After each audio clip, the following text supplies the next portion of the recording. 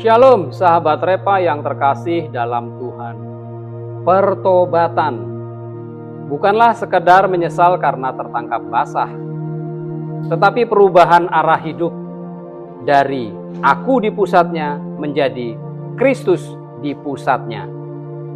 Sahabat, hari-hari ini dunia sedang beribadah, tetapi tanpa sadar kehilangan Tuhan.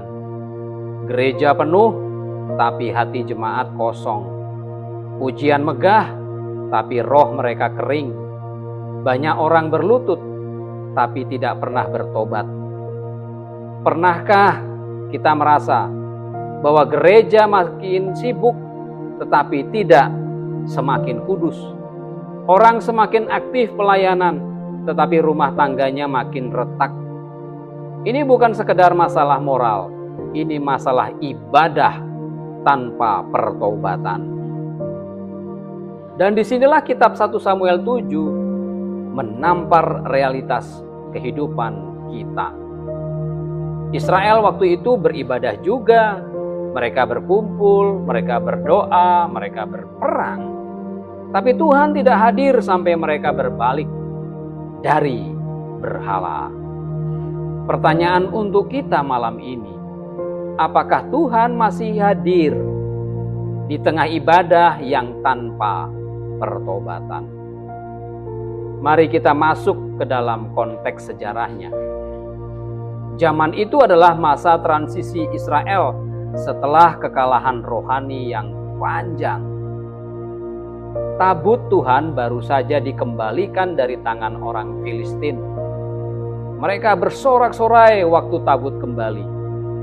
Tapi mereka masih hidup di dalam dosa yang sama. Secara sosial Israel sedang kacau. Di sana tidak ada raja, tidak ada sistem moral, dan para imam waktu itu sangat korup.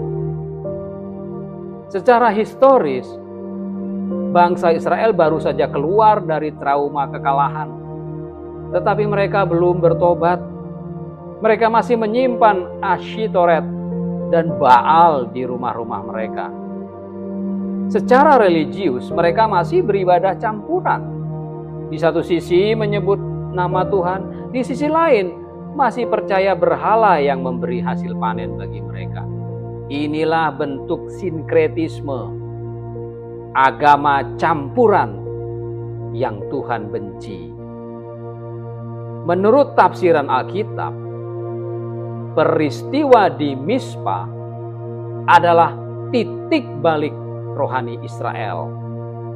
Di sini mereka belajar bahwa ritual tanpa pertobatan hanya menghasilkan kekosongan spiritual.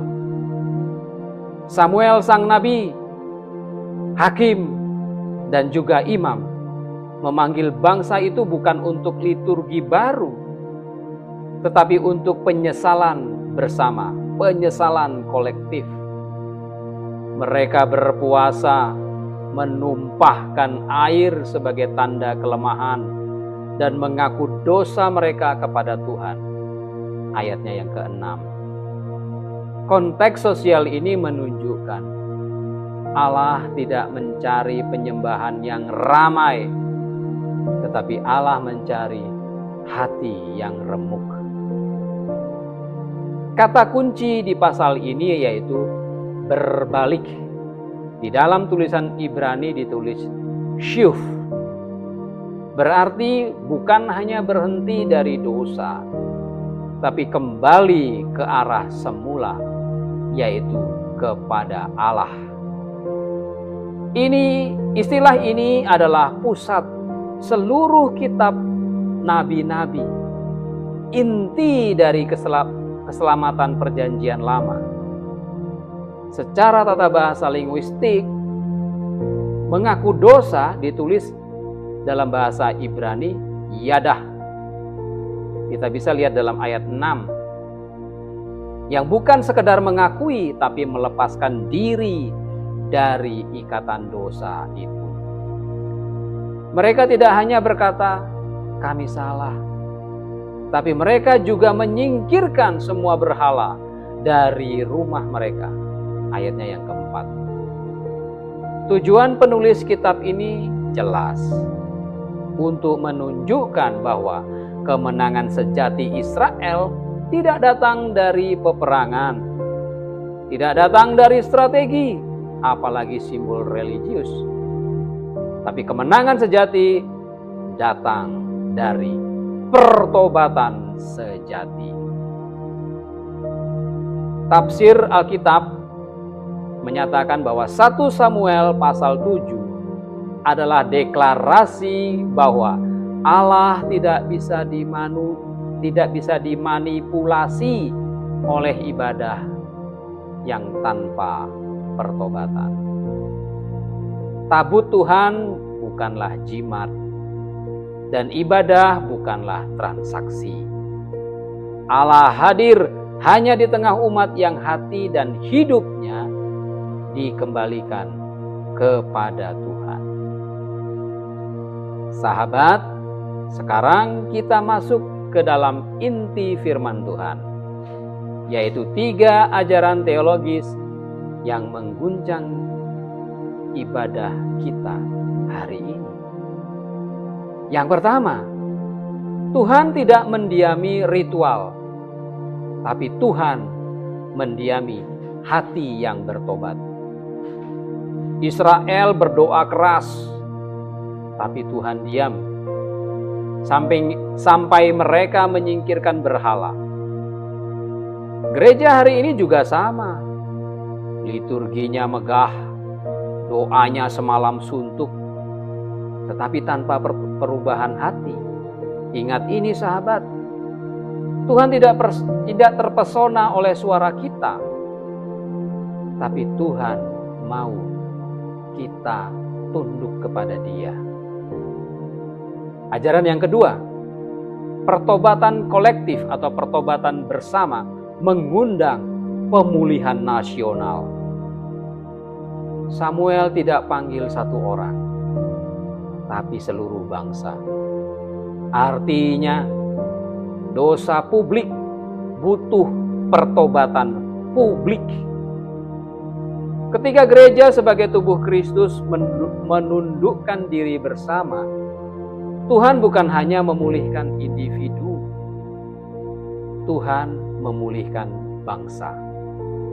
Itulah sebabnya dalam ayat 10 tercatat, Tuhan sendiri yang mengguntur dan mengacaukan orang Filistin. Artinya, ketika umat berdoa, Tuhan turun tangan. Ajaran yang ketiga, ibadah tanpa pertobatan adalah penipuan rohani. Kita bisa terlihat rohani di luar, tetapi kosong di dalam. Yesus berkata hal yang sama dalam Injil Matius 15 ayat 8. Bangsa ini memuliakan aku dengan bibirnya, tetapi hatinya jauh daripadaku. Gereja bisa tumbuh, tetapi tidak bertumbuh.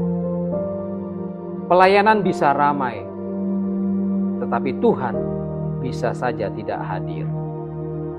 Jadi sahabat, Israel akhirnya belajar bahwa ibadah tanpa pertobatan hanyalah kebisingan, hanyalah keramaian rohani. Mereka berhenti bermain simbol-simbol. Mereka mulai hidup sungguh-sungguh.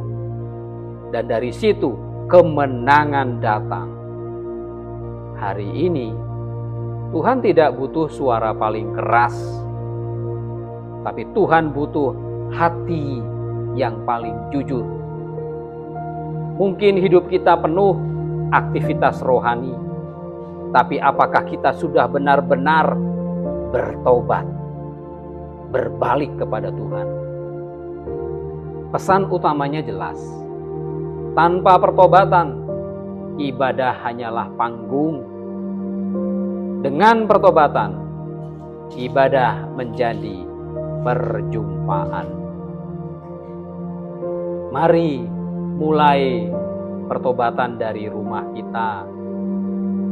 Bersihkan berhala modern, yaitu ego, kesibukan, keserakahan, pura-pura rohani.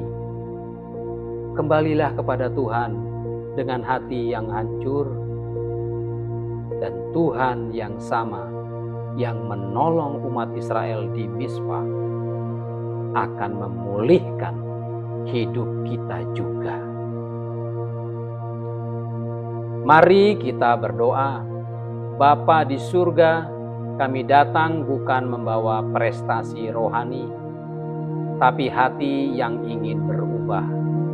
Ampuni kami ya Tuhan, kalau selama ini kami sibuk beribadah, tapi jarang bertobat. Kami bernyanyi, tapi tidak berbalik. Kami aktif, tapi tidak taat. Hari ini kami mau seperti Israel di Mizpah, menumpahkan air hati kami di hadapan-Mu. Sucikan kami ya Tuhan, hancurkan kesombongan rohani kami, pulihkan rumah kami, pulihkan pelayanan kami, dan pulihkan gereja-Mu. Biarlah mulai hari ini, setiap ibadah kami membawa kehadiran-Mu yang nyata. Dalam nama Tuhan Yesus kami berdoa. Amin.